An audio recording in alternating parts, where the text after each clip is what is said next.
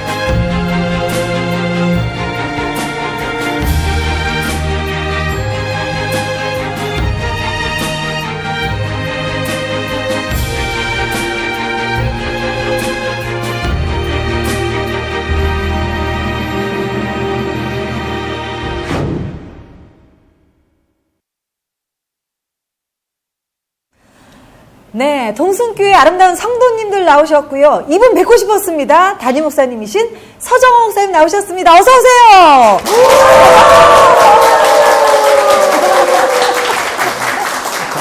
목사님 인기가 아이돌 수준이세요.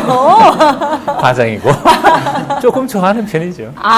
네. 아니 이게 녹화 전에 보니까요, 성도님들 얼마나 밝고 분위기가 좋으신지 이 동순교회 평소 분위기를 짐작할 수 있겠네요. 네, 그렇죠? 따뜻함이 그대로 전해지는 분위기. 그렇습니다. 그렇습니까? 네. 난 몰랐는데. 아니 대학로에 오면 막 두근거리잖아요. 뭐 연극, 정말 문화의 거리. 이 동순교회, 와 정말 자랑할 거리 있으실 것 같아요. 예, 교인들이요. 교인들. 예, 하여튼 새신자들이나 처음 교회 오신 분들이 그 얘기를 해요. 굉장히 얼굴이 밝다고. 그럴 수밖에. 저희 교회는 싸우는 사람 한 명도 없거든요. 다 사랑하니까. 그래서 밝고 사랑하는 아름다운 교회, 그곳 자랑 없는 그것이 전부가 아닐까, 그런 생각이 듭니다. 와, 밝고 사랑하는 교회. 네, 목사님 부럽네요, 그죠? 부러우면 지는 건데.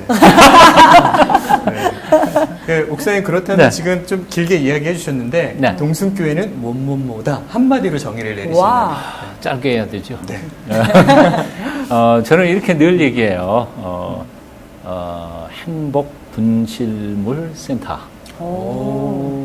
잃어버린 행복을 여기 교회에 와서 찾고 행복이 무엇인지, 그리고 행복을 어떻게 찾아가는지 행복해지는 교회가 바로 저는 동순교회라고 생각합니다. 정말 행복해 하잖아요. 네. 느껴져요. 느껴집니다. 행복하시죠? 너무나 좋습니다. 목사님, 앞으로 동순교회 어떤 그림이 있으세요? 우리 교회 그림은 우리 교인들이 다 알아요. 오성교회라고. 별 5개짜리 교회. 와. 이건 뭐 큰 교회가 아니고, 두 가지죠. 하나님에게 최고의 서비스, 최고의 사랑, 섬김을 드리는, 예배를 드리는 교회. 이웃에게 최고의 사랑을 사랑으로 섬기는 교회. 네. 이제 마태복음에 예수님께서 성경 전체에 요약을 두 가지로 했던 하나님 사랑, 이웃 사랑했던 것을 그렇게 표현하죠. 우리 홈페이지엔 그렇게 돼 있어요. Serve your God with your excellency. 너희 최선을 다하여 너희 하나님을 섬겨라. 네. 그리고 serve your others with your excellency. 너희 최선을 다하여 이웃을 섬겨라. 그런 교회 만들고 싶어요. 지금 많이 된 것 같아요. 그래서. 네. 네. 그럼 목사님 마지막으로 네. 정리하는 마음으로 예. 동순교회 사행시 한번 지어봐 주시면 어떨까요? 좋다. 좀 전에 이 대본 받고 내가 얼마나 고민했는지. 우리 고민하다가 한번 지어봤어요. 우리 성도님들하고 함께 하면 좋을 것 같아요. 그죠? 외쳐주시고. 네. 네. 자, 함께 해볼까요?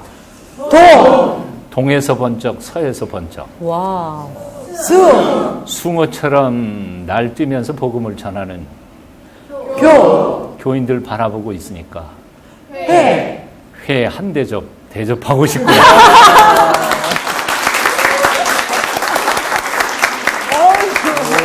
너무 심각하지 않게. 회가 땡기는데요. 너무 좋습니다. 또 우리 수정 목사님과 이렇게 교회에 관한 교회 가치에 대한 이야기를 나누니까요. 또 앞으로 네. 성도님들과 함께 할 시간도 너무나 기대됩니다. 목사님, 네네. 앞으로 정말 이 어두운 이 시대 동순교회가 목사님 말씀하신 것처럼 아름다운 빛이 되기를 함께 기도하도록 하겠습니다. 기도해 주십시오. 감사합니다. 기도해 주세요. 고맙습니다.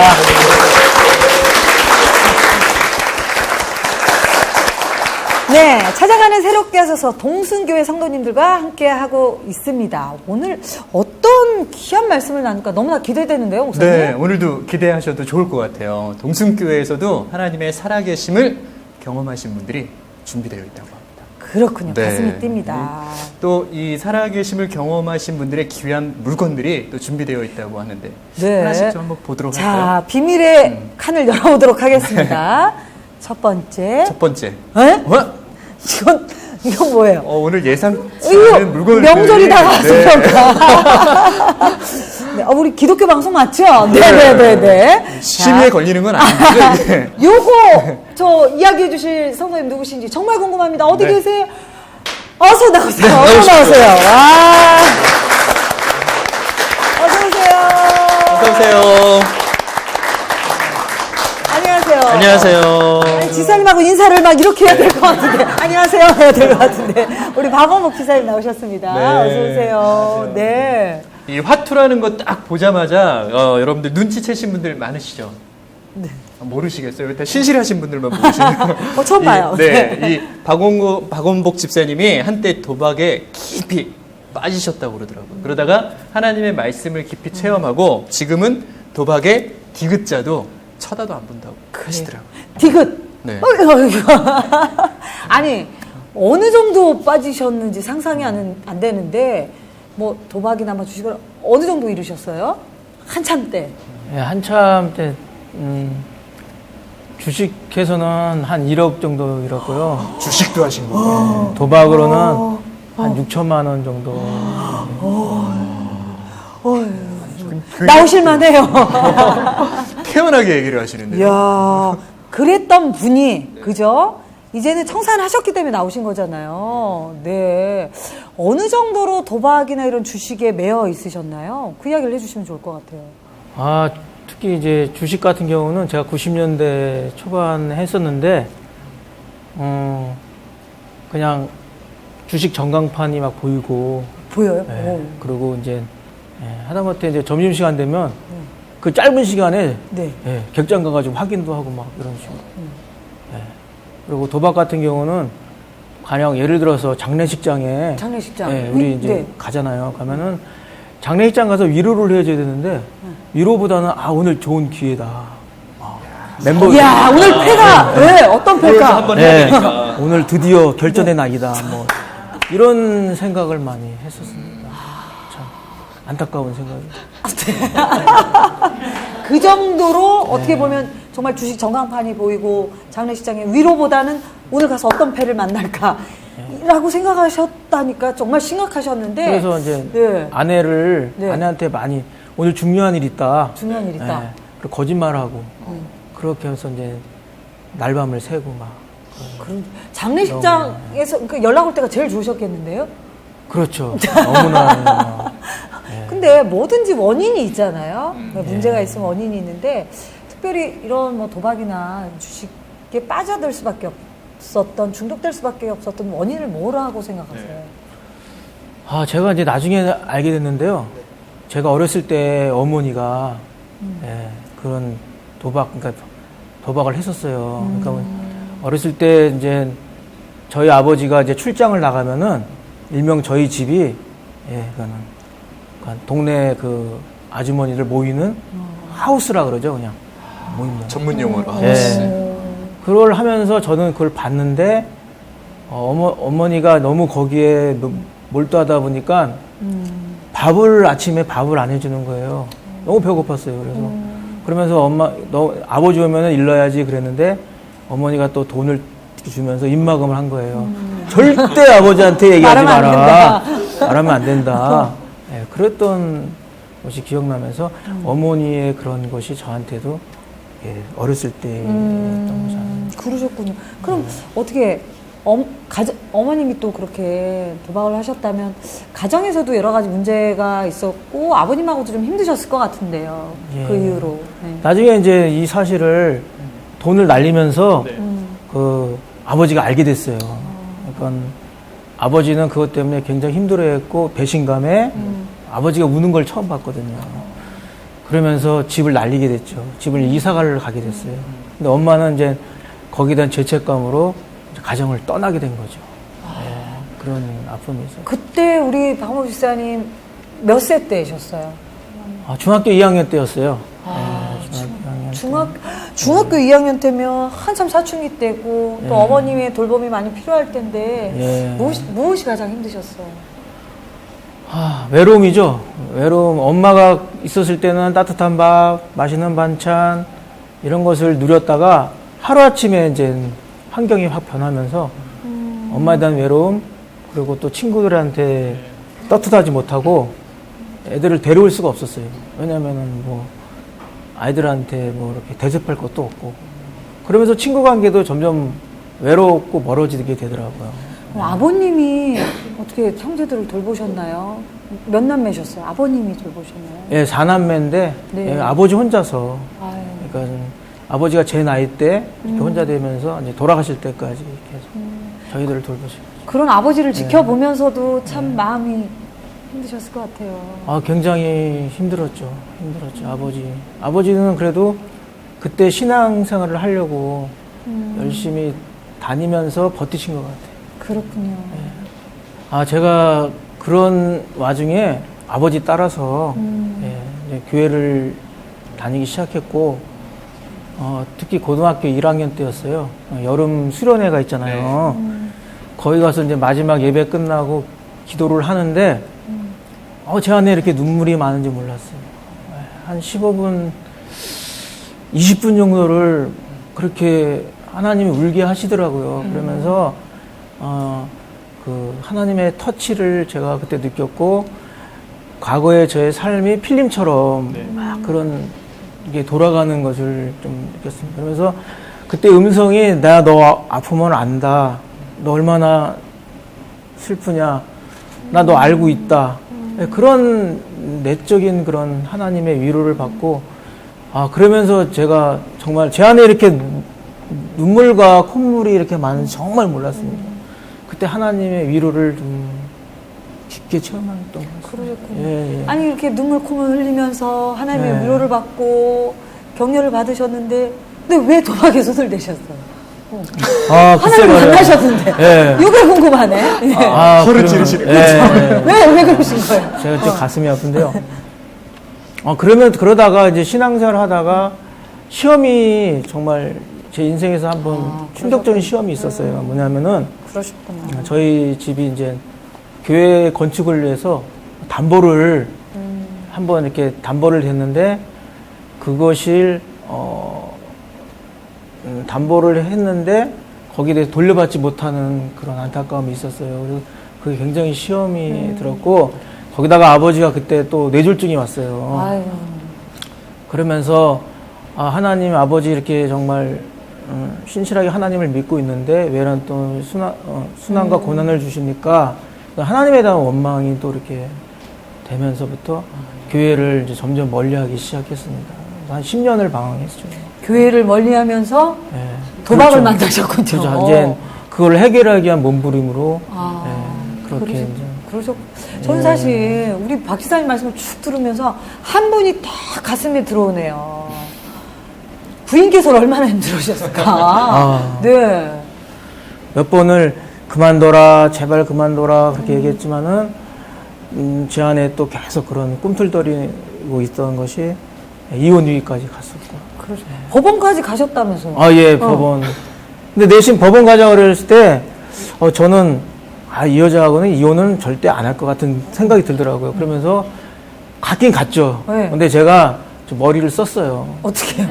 법원이 문이 닫는 시간에 임박할 때를 이용해서 가가지고 곧 닫기 직전. 곧 닫기 전에 그냥 시간 다 됐네, 우리 다음에 하자 그러고 도망친 적이 있었어요.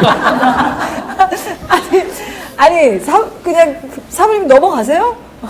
그래가지고 막 씩씩거리면서 일단 왔고 저는 도망가서 먼저 한두 시간 있다가 집 들어가고 그랬다가 그러다 흐지부지 돼. 아니 그렇게 위혼 위기까지 갔었던 상황인데 어떻게 근데 도박을 끊게 되셨는지. 네. 저는 이제 결정적인 계기가 우리 아내가 강제적으로 아버지 학교라는 데를 일단 등록을 해놨으니까 가라는 거예요. 그래서 법원 안 갈 거면 아버지 학교로 가라. 네. 그러니까 아버지 학교는 내가 뭐 아버지 글쎄 난 일단 등록을 했다 그러니까 일단 갔습니다. 갔는데 첫날 제가 이제 깨지기 시작하는데 어떻게 깨졌냐면은 첫날이 아버지의 영향력이라는 그런 내용이었어요. 그러니까 들어가면서 얼마 안 있다고 계속 하염없이 눈물이 나오는 거예요. 그러니까 아버지의 영향력으로 인해서 제가 막 이렇게 어떻게 행동하고 이런 모습, 물론 엄마의 영향도 있지만 그냥 계속 눈물로 하염없이 계속 눈물이 나온 거예요. 그러면서 제가 거기서부터 저에 대해서 이제 철저하게 아버지의 아픔과 아버지의 슬픔, 또 아버지의 외로움, 그러면서 아버지가 얼마나 불쌍하고 그리고 그 영향력이 저한테도 흘러가고 있구나. 그래서 계속 그게 보이기 시작한 것입니다. 그래서 정말 남자의 삶이라는 것은 어떻게 보면 돈, 그다음에 권력, 거기다가 이제 성의 문제까지 다 그게 아울러지는 그런 세상 가치관이거든요. 그 가치관에서 정말 제가 거기서 몸부림을 쳤구나. 그래서 창세기 1장 2절에 보면은, 그러니까는 혼돈과 공허, 그다음에 흑암의 기품이 있다는 거. 네.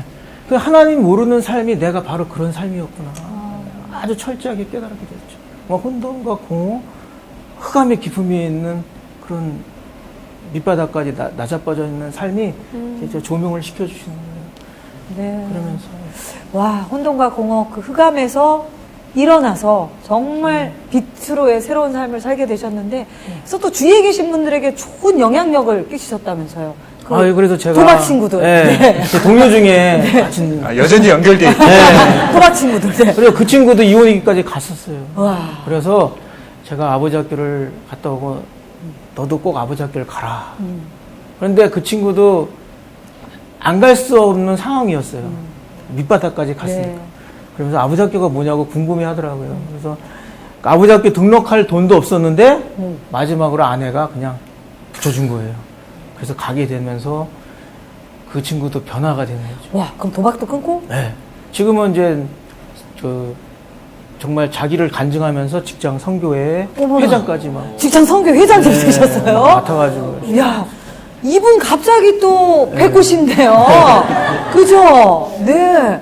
우리 전화 연결 좀 할까요? 전화 연결하면 좋을 것 같은데요. 타짜 친구. 네, 타짜 친구. 네. 암호명 타짜 친구에서 선교회 회장님으로. 와, 정말 일하고 계셔도 받으시겠죠? 등록도 타짜 친구로 되어 있는. 네, 타짜 친구. 자, 스피커폰으로. 이렇게 해서 누르면 돼요. 한 배 통화로요? 네. 그럼요.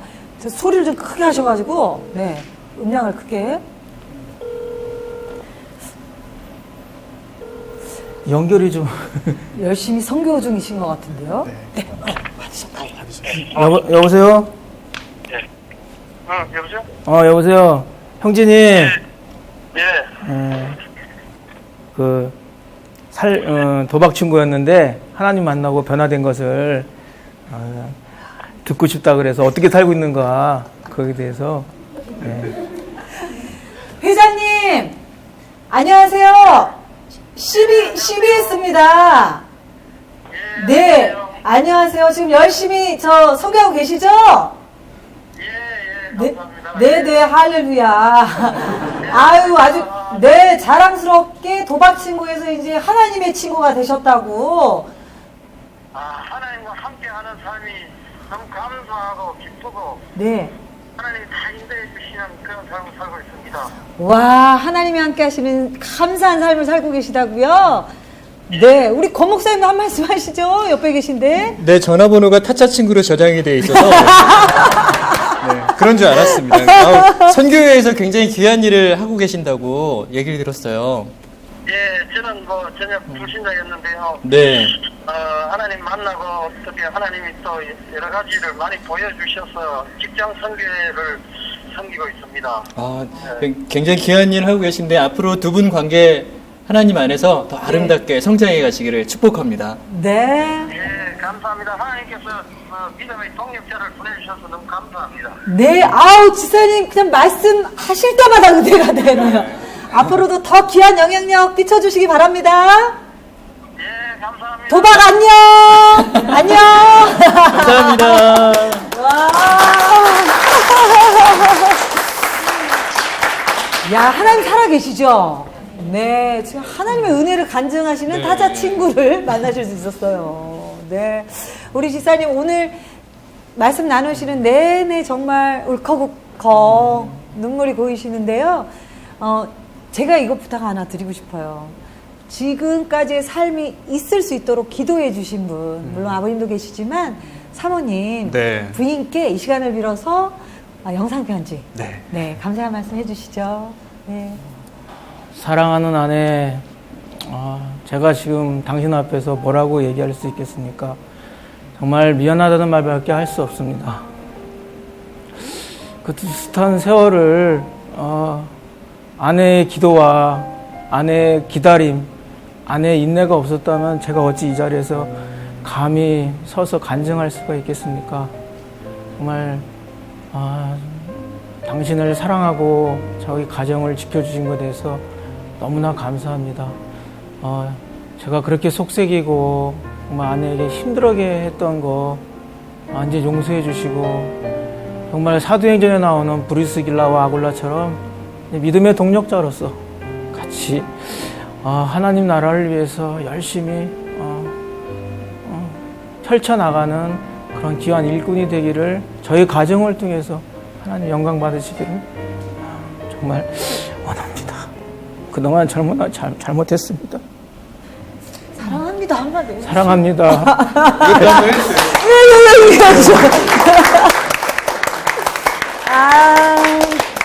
기사님, 앞으로도 아까 고백하신 것처럼 정말 믿음의 가정으로 또 신실한 하나님의 아들로 이 땅 가운데 승리하는 삶 사시기 바랍니다.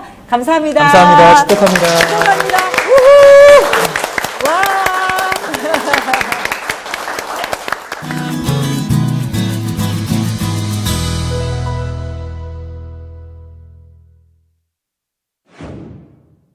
에?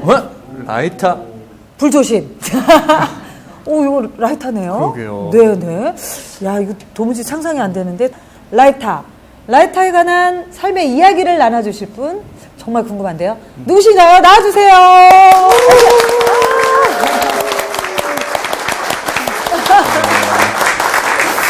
어서오세요. 어서오세요. 네. 안녕하세요. 아니, 요거 정말 감이 안 오거든요. 저는. 네. 부연 설명을 또 우리 목사님이 또 준비하셨습니다. 이 불이 마음속의 불, 바로 분노를 표현한 건데요.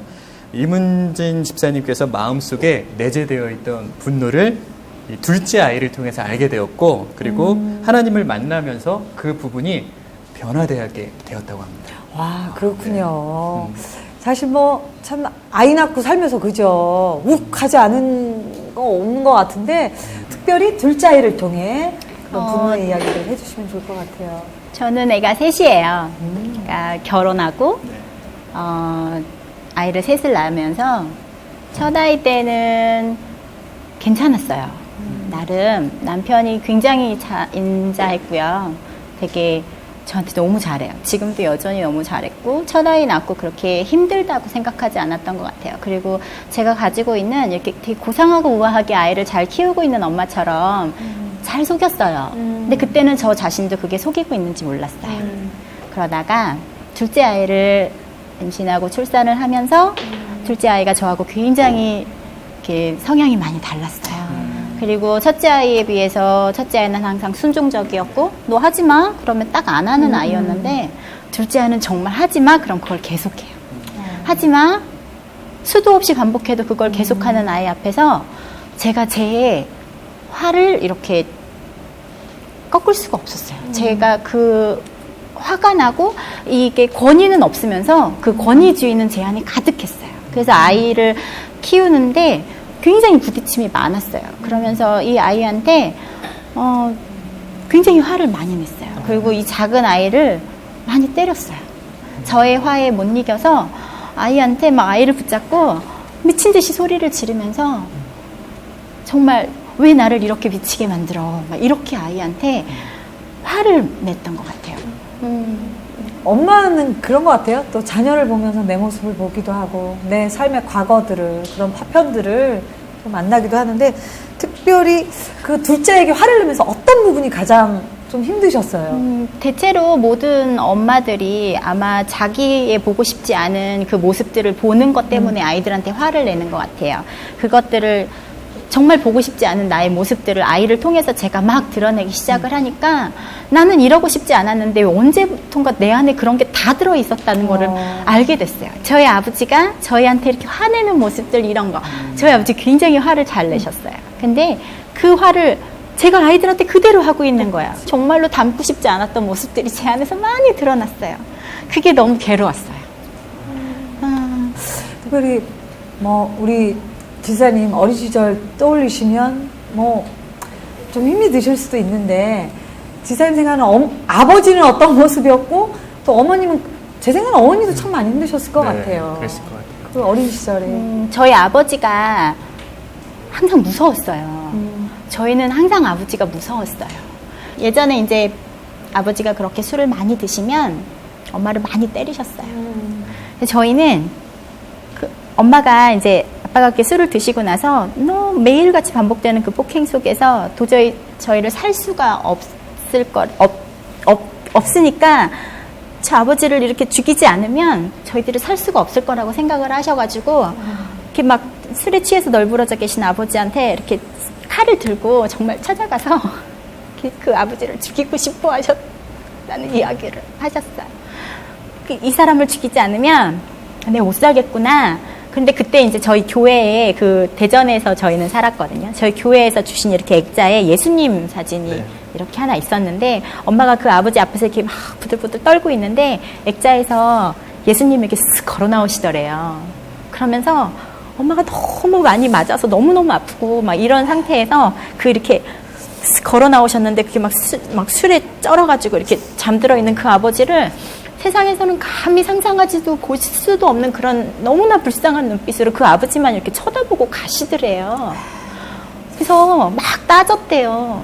예수님, 나는 이렇게 괴롭게 막 얻어맞고 전 이렇게 사는데 어떻게 저렇게 쓰레기 같은 인간은 그런 눈으로 쳐다보고 가시면서 저는 하나도 안 보고 가시냐고.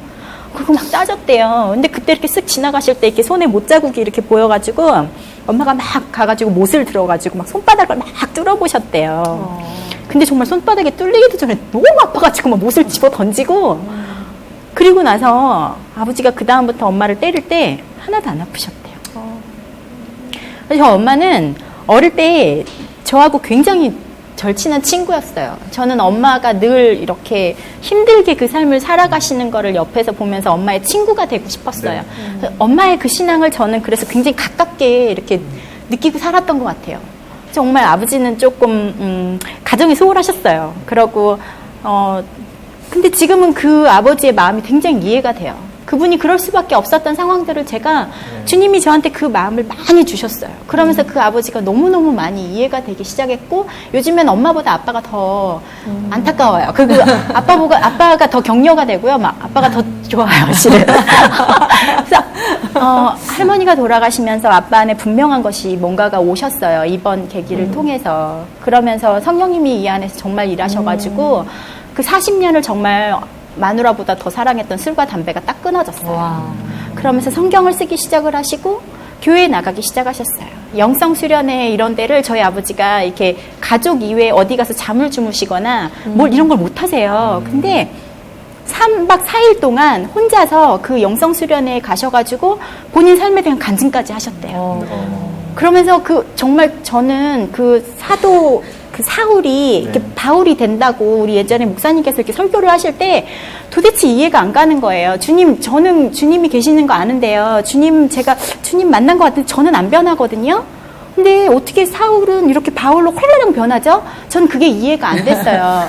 근데 저희 아버지를 요즘 이렇게 보면 그 사울이 그 바울이 된 그 모습의 그 간증이 저희 가정 안에서 일어나는 걸 봐요. 저는 그 아버지가 정말 주님이 절대로 안 놓으시는 게 맞구나. 그때 그 눈빛으로 쳐다보시면서 그렇게 불쌍하게 여기셨던 그 아들을 절대로 끝까지 안 놓으시는 분이 맞구나라는 걸 요즘에 정말 많이 경험했어요. 근데 제가 그 아버지가 이해가 되기 시작을 했던 건 제가 아이를 낳으면서부터였어요. 그 아버지의 모습이 제 안에 있고 제가 아이를 낳으면서 한계에 부딪히고 제 삶이 너무 힘드니까 그 아버지의 모습이 이렇게 튀어나오는데 그런 부분들 때문에 아버지가 이해가 되기 시작을 하는 그런 것들이 있었죠. 아니 뭐 아버님뿐만 아니 아버님은 박수를 정말 그죠? 포기할 영혼이 없네요. 하나님 이렇게 쓰시네요. 사실 아버님이 변화된 것도 굉장한 은혜지만 아까 우리 지사님 얘기하신 것처럼 자녀들을 키우면서 지사님도 모난 부분들이 많이 깨어졌다라고 얘기해 주셨어요. 제가 재작년 새벽 예배 때부터 제가 주님이 알고 싶어요. 저희 모토가 힘써 여호와를 알자거든요. 근데 전 주님 음성이 듣고 싶어요. 안 들려요. 저는 막 이렇게 들리고 이러는 건 줄 알았어요. 도대체 안 들리는 거예요. 그럼 도대체 예수님이 누군지도 모르겠고 어디 계신지도 모르겠는 거예요. 근데 재작년 새벽 예배 때부터 정말 성경이 이렇게 보이스구나. 이게 들리는 소리가 맞구나라는 거를 부끄럽지만 처음 깨달았어요.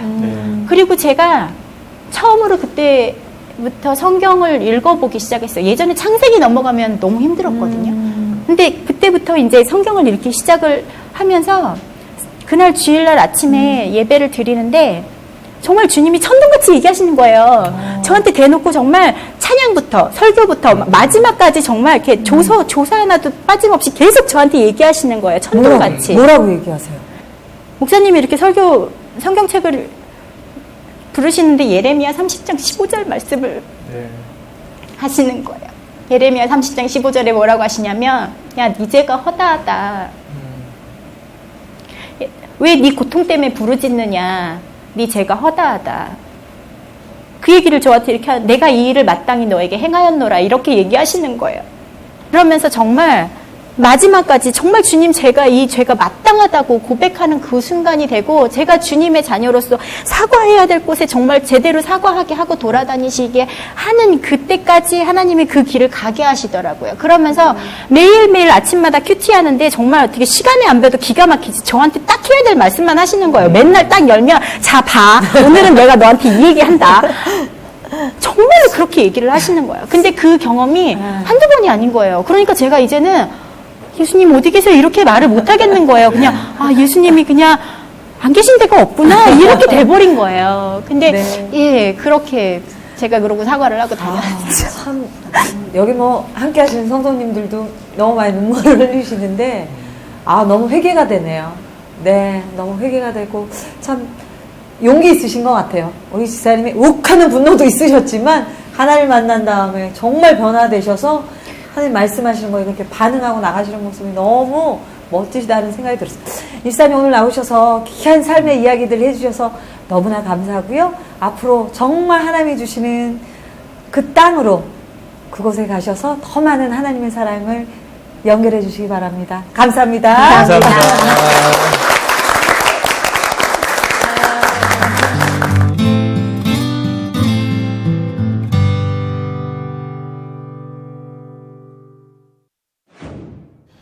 하나님의 말씀은 살아있고 지금도 우리의 삶과 함께 하십니다. 역사하십니다. 자, 다음 이야기 이어가도록 하겠습니다. 요거는 목사님 예쁜 공주 인형이에요. 인형이잖아요. 그러니까요. 네. 이야. 요 인형과 연관된 스토리 어떤 분이실까? 나와주시기 바랍니다. 어떤 분이세요? 두 분이신데요. 어서 오세요. 안녕하세요.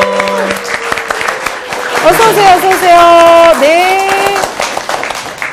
각자 자기 소개해 주시기 바랍니다. 네. 안녕하세요. 조상의 사모입니다. 네. 안녕하세요. 김희진 집사입니다. 네. 네.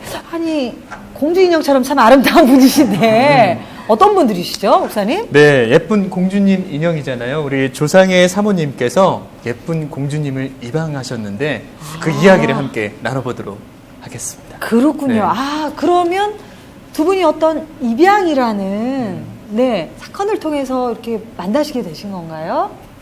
어떤 인연이세요? 저희 다원이를 입양하기 전에는 전혀 안면이 있을 정도, 이렇게 교회에서 왔다 갔다 하다가 안면이 있을 정도의 그런 분이셨고요. 이번 입양을 통해서 너무나도 집사님을 만난 정말 하나님의 축복의 선물로 집사님을 만나게 된 게 아닌가 생각이 듭니다. 제가 이제 동순교회에서 1:1 제자 양육 양육자로 지금 이제 사역을 하고 있는데 네. 중간에 이제 그 구역장님께서 이름을 얘기해도 되나요? 다원이? 네, 엄마를 네. 얘기를 해도 되나요? 네. 그 오지연 씨를 저에게 이제 그 소개를 하는 시점과 그 시점이 거의 비슷한 시점이에요. 그래서 이제 저한테 약간의 이제 주신 정보는 좀 몸이 많이 안 좋다. 그래서 빨리 이제 구원의 확신이나 어떤 좀 믿음의 어떤 정도들을 좀 판단하고 좀 공부를 하는 것이 좋겠다. 이제 저한테 이렇게 연락이 왔었어요. 그래서 연락을 받고서 사실은 한 몇 주 정도를 계속 약속도 어긋나고 또 지연 씨가 또 좀 병원에 가서 저의 연락을 못 받고 이제 이러면서 어긋나는 게 한 2, 3주 이렇게 어긋났거든요. 근데 우리 이제 원래 여전도의 모임에 아이를 데리고 나타났어요. 그러니까 그때는 이제 굉장히 안 좋은 상태에서 정말 카페에 들어가면 모든 사람의 이목을 집중할 정도로 그랬었어요. 많이 마르셨고. 많이 마르고 정말 이제 암 환자의 머리 없는 그 모습과 그래서 모두 이목을 정말 집중할 정도로 그랬는데 정말 사느냐 죽느냐 사실은 죽는 확률이 더 컸기 때문에 정말 죽음을 어떻게 준비해야 될 것이며 우리가 사실은 다 죽어야 되는 존재임에도 불구하고 그것에 대해서는 항상 멀리하고 우리가 안 듣고 싶어 하는데 지연 씨는 이제 막바지에 있는 상황이었었어요. 그럼 우지연 성도님이 그런 육체의 고통이나 그런 죽음을 직면한 문제 말고 정말 마음적으로 좀 힘들어했던 부분은 어떤 부분인가요? 아무래도 이제 나중에 알게 된 사실이지만 지연 씨가 제가 이제 작은 아버지 정도의 혈육은 있다고 생각을 했는데 나중에 이제 입간 예배할 때 알게 된 사실이지만 그조차도 사실은 지연 씨 어렸을 때에 그 집 앞에 버려진 아이였었어요. 그래서 정말 이 땅에 아무도 없는 이제 고아였죠. 고아로 이제 긴 시간 몇십 년을 그렇게 혼자 살아왔었고 정말 유일하게 얻은 딸이죠. 저와 나눴던 5주간의 한 만남 속에서 딸아이에 대한 얘기를 한 번도 놓치지 않고 나눴었고 가장 마음속에 걸려하고 현실적으로 정리해야 되는 부분 정말 어떻게든 더욱 그렇지만 본인이 할 수 없는 상황에 있는 것이 딸아이죠. 딸아이. 네. 그러셨군요. 우리 집사님은 정말 이 홀로 남겨진 아이를 좋은 가정, 정말 하나님이 뜻하신 가정으로 연결해야겠다라는 그런 어떤 사명감, 부담감이 있으셨을 것 같아요. 막바지까지 지연 씨가 저보다 나이가 한 2살 정도가 미치었는데 자존심이라는 게 있잖아요. 자존심이라는. 그래서 자기의 치부까지 드러내지 못한 상황들이 있었어요. 그래서 누군가 좀 이렇게 해줄 사람들이 있다 하는 정도까지만 저한테 늘 얘기를 했기 때문에 그런데 이제 막바지에는 더 이상 어떻게 할 수 있는 상황까지가 아니어서 아이 문제를 얘기를 했어요. 그래서 보육원을 보내야겠다 하는 얘기까지가 나온 거죠. 그래서 보육원을 보내야 되겠다는 얘기를 그래서 사회복지사랑 다 얘기가 돼서 월요일 몇 시에 한 9시쯤에 데리고 갈 거다. 그것이 가장 안전하고 가장 낫겠다. 자기 입장에서는 그것이 최선이다 하는 얘기를 저한테 했었죠. 그래서 그 얘기를 듣는 날이 한 목요일쯤이라고 제가 기억을 하는데 그날 비도 많이 왔어요. 서울대병원에 밤이었는데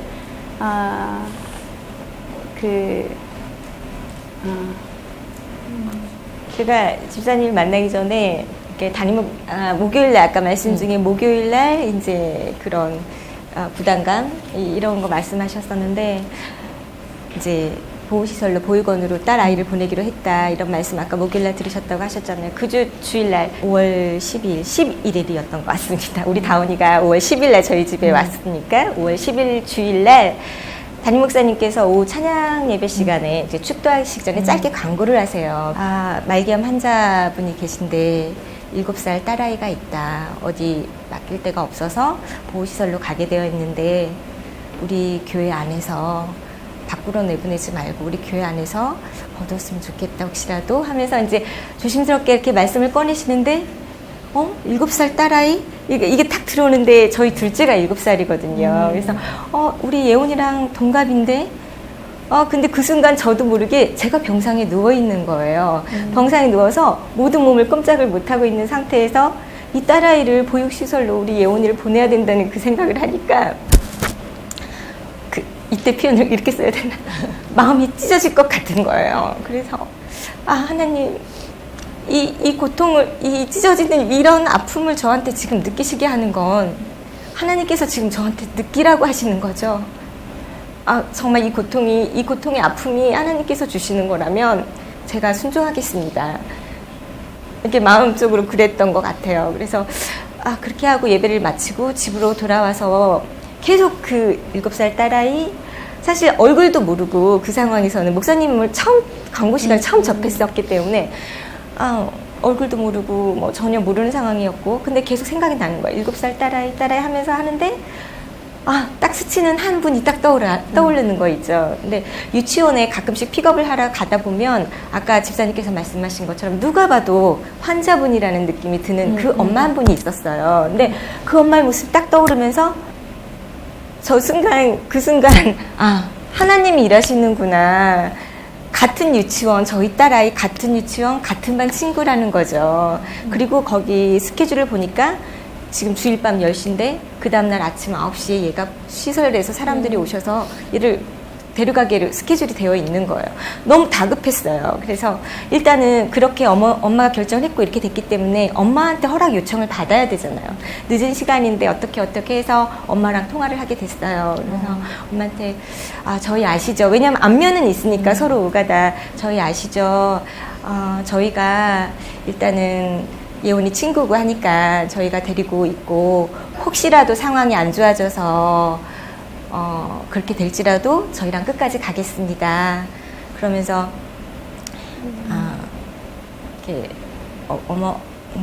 다운이 어머님은 이렇게 건강 치료하는데 집중을 하세요. 그렇게 하고 통화를 끝나고 이제 그 다음 날 이제 그 시설에서 오시기로 한 그 시간 전에 미리 유치원 갈 아이랑 같이 가서 그 다운이가 사는 집에 가서 유치원 갈 준비를 미리 다 하고 있었고 그리고 그분들이 9시 정확하게 오셨을 때 이제 저희 목사님이 명함을 드리면서 저희가 이렇게 해서 저희가 데리고 가기로 했습니다. 그러니까 동사무소에서 그 복지 담당하셨던 분이 계속 이렇게 돌보고 계셨었거든요. 그분도 함께 오셨는데 너무 잘 됐다고 그렇지 않아도 너무 마음이 아팠다고 본인이 데리고 가고 싶어도 본인이 그럴 상황도 아니었고 그래서 너무 마음이 아팠다는 거예요. 그러면서 요즘도 이런 교회가 있나요? 이러시는데 거기에 또 이제 또 감동이 되었었어요. 그렇게 해서 다운이는 그날 월요일부로 5월 10일부로 저희 집에 와서 지금까지 쭉 된 거죠. 특별히 우리 지사님 여기 삼임댁에 목사님댁에 우리 다운이가 입양하기로 결정됐다는 소식을 듣고 어떠셨어요? 영적으로 사실 좀 민감해져 있는 또 시기였기 때문에 정해졌다고 말할 때 제 마음이 이미 마땅한 분이 결정을 하셨구나 하는 감동이 와버렸어요. 그래서 눈물도 나고 정말 이렇게 컵을 아침에 물을 한 잔을 마셔야 되는데 컵이 덜덜덜덜덜 떨리더라고요. 그리고 아무것도 이렇게 할 수가 없는 상태고 제가 그냥 그 자리에서 하나님 앞에 무릎을 꿇었어요. 하나님, 어떻게 해서 제가 한 것은 별로 없는데 이렇게 하나님이 하시는 일들을 작은 나로 하여금 이렇게 보게 하시니까 하는 그런 마음밖에 안 들었어요. 너무 영광스럽더라고요. 하나님이 하시는 일을 제가 이렇게 직접적으로 눈으로 볼 수 있다는 것이 너무 영광스럽고, 이렇게 믿을만 하겠다. 하나님을 믿는 일이 정말 믿을만 하겠다. 그리고 앞으로 이제 남은 자로 이 땅에서 살아가야 되는데 살만 하겠다 하는 힘을 주셨어요, 저에게. 아니, 이 집사님뿐만 아니라 다운이 엄마도 되게 믿음의 가정으로 입양됐다는 사실을 알고 기뻐했었을 것 같아요. 네. 반응은 어땠어요? 사실은 감히 보육원에서 그렇잖아요. 보육원에서 거기까지가 너무 멀잖아요, 거리가. 그런데 정말 본인이 그 후로 바로 이제 저하고 응급차를 타고 샘물 호스피스, 이제 거기는 연명치료를 하지 않는 곳이기 때문에 그냥 기다리는 거죠. 그곳을 갈 때 우리들이 너무 그 삐뽀삐뽀를 타고 가면서 너무 가벼운 마음으로 갔어요. 그리고 본인도 가장 큰 문제였잖아요. 가장 가슴 아픈 일, 가장 슬픈 일, 가장 근심되는 일이었잖아요. 그것이 그냥 단번에 해결됐기 때문에 사실은 제가 지현 씨를 하나님이 저한테 끝까지 그런 마음을 주셨기 때문에 샘물에서 같이 지내면서 임종까지 같이 했을 때 너무나 편안하고 아름답고 정말 하나님 손 붙잡고 가는 것을 제가 마음으로 느끼고 이렇게 같이 공유를 했어요. 그래서 하나님 너무 좋으시다. 그런 마음이 들어요. 우리 공주님들 보고 싶은데요, 목사님? 다 같은 마음이시죠? 다 궁금하시죠? 네, 제가 소개할게요. 곽시온 10살입니다. 첫째, 둘째 곽예온 7살, 곽다온 7살, 막내 곽하온. 우리 공주님들 안녕하세요. 안녕하세요. 아유, 머리를 그냥 똑같이 묶고 나왔어요. 근데 저는 언니는 알겠는데 시온 언니 손 알겠는데 우리 예온이하고 다온이도 그래요. 예온이, 다온이. 우리 다온이구나. 그리고 막내 하온이. 아빠 목사님 품에 있어요. 아니, 언니랑 예온이가 잘해줘요? 잘 지내고 있어요? 네. 아니, 이렇게 넷이 앉아 있으면. 그러니까. 모르겠죠. 잘. 모르겠어요.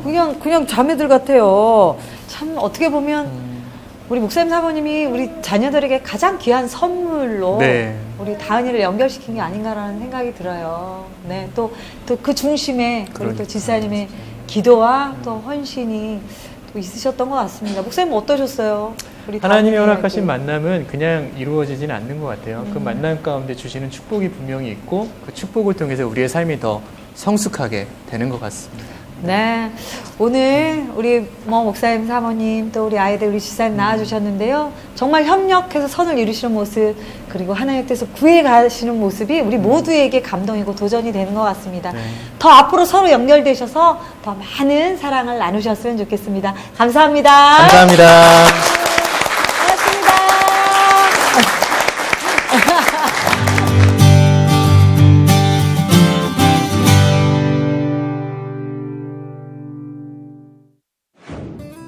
네, 신실하신 하나님, 완전하신 하나님. 지금도 가슴이 뛰네요.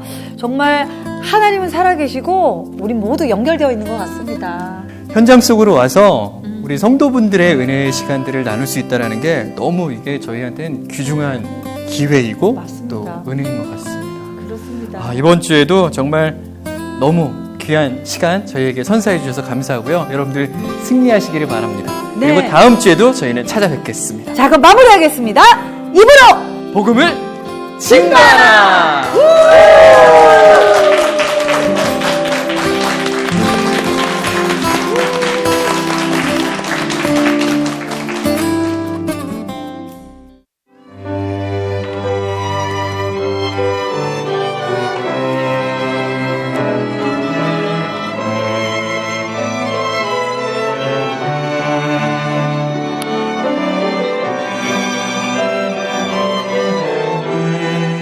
진행하시는 사회자 두 분께서 너무 편안하게 해주시니까 그러니까 정말 떨리지 않고 오히려 오버해서 말을 하지 않았나 너무 가다하게 이렇게 표현하지 않았나 싶은 그런 마음이 조금 있었습니다. 제가 무대 체질인가 봐요. 별로 안 떨렸어요.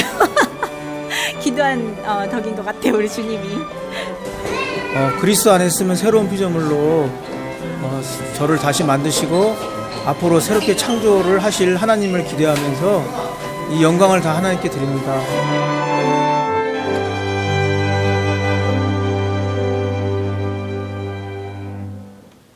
프로그램에 도움을 주신 분들께 청실홍실에서 가오리 타올을, 나블러스 솝에서 비누 세트를, 청현 제이에서 말씀 액자를 드립니다.